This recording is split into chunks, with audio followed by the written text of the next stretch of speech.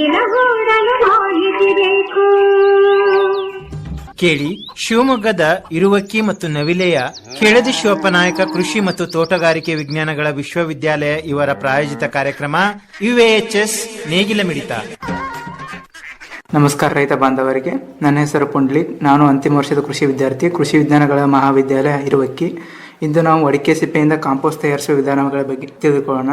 ಕರ್ನಾಟಕ ರಾಜ್ಯವು ಅಡಿಕೆ ಉತ್ಪಾದನೆಯಲ್ಲಿ ದೇಶದಲ್ಲಿಯೇ ಪ್ರಥಮ ಸ್ಥಾನದಲ್ಲಿದ್ದು, ಈ ಅಡಿಕೆ ಸುಲಿಯುವ ಸಮಯದಲ್ಲಿ ದೊರೆಯುವ ಅಡಿಕೆ ಸಿಪ್ಪೆ ತ್ಯಾಜ್ಯವನ್ನು ಎಲ್ಲೆಂದರಲ್ಲಿ ರಸ್ತೆ ಬದಿಯಲ್ಲಿ ಸುರಿದು ಬರುತ್ತಾರೆ.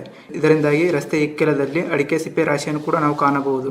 ಅಡಿಕೆ ಸುಲಿದ ನಂತರ ಅಡಿಕೆ ಸಿಪ್ಪೆಯನ್ನು ರಸ್ತೆ ಬದಿಯಲ್ಲಿ ಸುರಿಯುವುದು ಅಥವಾ ಸುಟ್ಟು ಹಾಕುವುದು ಒಂದು ಸಾಮಾನ್ಯ ಪ್ರಕ್ರಿಯೆ ಎನಿಸಿದರೂ ಇದರಿಂದ ಆಗುವ ಹಾನಿ ಅಪಾರ. ಅಡಿಕೆ ಸಿಪ್ಪೆ ಒಂದು ಸಾವಯವ ಪದಾರ್ಥವಾಗಿದ್ದು ಬೆಳೆಗೆ ಬೇಕಾದ ಪೋಷಕಾಂಶಗಳ ಆಗರವಾಗಿದೆ.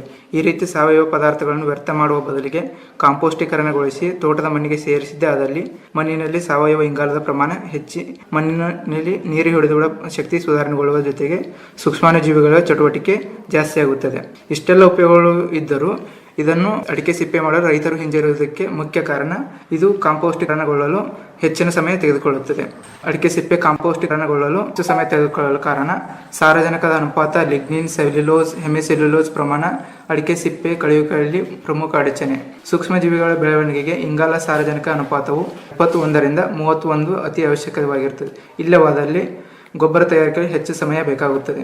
ಈ ಸಮಸ್ಯೆಗೆ ಪರಿಹಾರ ಕಂಡುಕೊಳ್ಳಲು ಕೆಳದಿ ಶಿವಪ್ಪನಾಯಕ ಕೃಷಿ ಮತ್ತು ತೋಟಗಾರಿಕೆ ವಿಜ್ಞಾನಗಳ ವಿಶ್ವವಿದ್ಯಾಲಯದ ವಿಜ್ಞಾನಿಗಳು ಸುಮಾರು 6 ತಿಂಗಳಲ್ಲಿ ಕಾಂಪೋಸ್ಟೀಕರಣಗೊಳ್ಳುವ ವಿಧಾನವನ್ನು ಕಂಡುಹಿಡಿದಿದ್ದಾರೆ. ಅದು ಏನೆಂದರೆ, ಗಟ್ಟಿಯಾದ ಸಿಮೆಂಟ್ ಇಟ್ಟಿಗೆಗಳನ್ನು ಬಳಸಿ 20 ಅಡಿ ಉದ್ದ, 5 ಅಡಿ ಅಗಲ, 5 ಅಡಿ ಎತ್ತರದ ಕೊಟ್ಟಿಗೆಯನ್ನು ತಯಾರಿಸಿಕೊಳ್ಳಬೇಕು. ಈ ಕಾಮಗಾರಿಗೆ ರೈತರು ತಾವೇ ಮಾಡಿಕೊಂಡರೆ ಸುಮಾರು 30,000 ಖರ್ಚಾಗುತ್ತದೆ. ಇದು ಸುಮಾರು 20 ವರ್ಷಗಳ ಕಾಂಪೋಸ್ಟ್ ತಯಾರಿಕೆಗೆ ಉಪಯೋಗಿಸಬಹುದು. ತಯಾರಿಸುವ ವಿಧಾನ: ಮೊದಲಿಗೆ ಕಾಂಪೋಸ್ಟ್ ತಯಾರಿಕೆ ಒಣಗಿದ ಅಡಿಕೆ ಸಿಪ್ಪೆಯನ್ನು ಮಾತ್ರ ಉಪಯೋಗಿಸಬೇಕು. ಗುಂಡಿಯ ತಳಭಾಗದಲ್ಲಿ ನೆಲದ ಮೇಲೆ ತೆಳುವಾದ ಒಣಗಿದ ಎಲೆ, ಸ್ವಲ್ಪ ಪ್ರಮಾಣದ ಕೆಂಪು ಮಣ್ಣು ಹರಡಬೇಕು.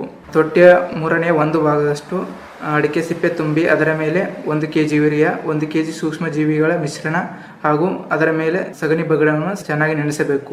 ಈ ರೀತಿ 3 ಪದಗಳು ತುಂಬಿದ ನಂತರ ಮೇಲ್ಭಾಗದಲ್ಲಿ ತೆಂಗಿನ ಸೋಗೆಯಿಂದ ಮುಚ್ಚಿ ಸಾಧ್ಯವಾದರೆ ಚಪ್ಪರ್ ಹಾಕಿ ಸೂರ್ಯನ ಬಿಸಿಲು ಭಾಗಶಃ ಬೀಳುವಂತೆ ಮಾಡಿದರೆ ಒಳ್ಳೆಯದು.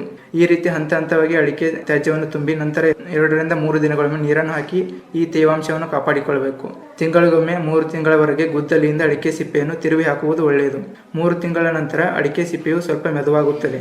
ಆಗ ಪ್ರತಿ ತೊಟ್ಟಿಗೆ 5 kg ಎರೆಹುಳವನ್ನು ಬಿಡಬೇಕು. ಪ್ರತಿ ವಾರ ತೆಳುವಾದ ಸಗಣಿ ಬಗ್ಗಡೆ ಹಾಕಿ ತೇವಾಂಶವನ್ನು ಕಾಪಾಡಿಕೊಳ್ಳುವುದರಿಂದ 6 ತಿಂಗಳಲ್ಲಿ ಉತ್ಕೃಷ್ಟವಾದ ಗೊಬ್ಬರ ತಯಾರಾಗುತ್ತದೆ.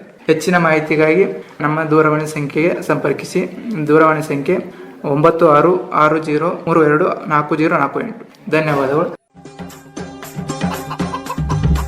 ಇದುವರೆಗೆ ಶಿವಮೊಗ್ಗದ ಇರುವಕ್ಕಿ ಮತ್ತು ನವಿಲೆಯ ಕೆಳದಿ ಶಿವಪ್ಪನಾಯಕ ಕೃಷಿ ಮತ್ತು ತೋಟಗಾರಿಕೆ ವಿಜ್ಞಾನಗಳ ವಿಶ್ವವಿದ್ಯಾಲಯದ ಪ್ರಾಜೆಕ್ಟ್ವದ ಅಡಿಯಲ್ಲಿ ಆಕಾಶವಾಣಿ ಭದ್ರಾವತಿ ಕೇಂದ್ರದಲ್ಲಿ ಸಿದ್ಧಪಡಿಸಲಾದ ಕೃಷಿ ಮತ್ತು ಕೃಷಿ ಅವಲಂಬಿತ ವಿಷಯಗಳ ಜ್ಞಾನ ತುಂಬುವುದಕ್ಕಾಗಿಯೇ ಇರುವ ವಿಶೇಷ ಕಾರ್ಯಕ್ರಮ UAHS ನೇಗಿಲ ಮಿಡಿತ ಆಕಾಶವಾಣಿ ಭದ್ರಾವತಿ, ಚಿತ್ರದುರ್ಗ ಮತ್ತು ಮಂಗಳೂರು ಕೇಂದ್ರದಿಂದ ಏಕಕಾಲಕ್ಕೆ ಪ್ರಸಾರವಾಯಿತು.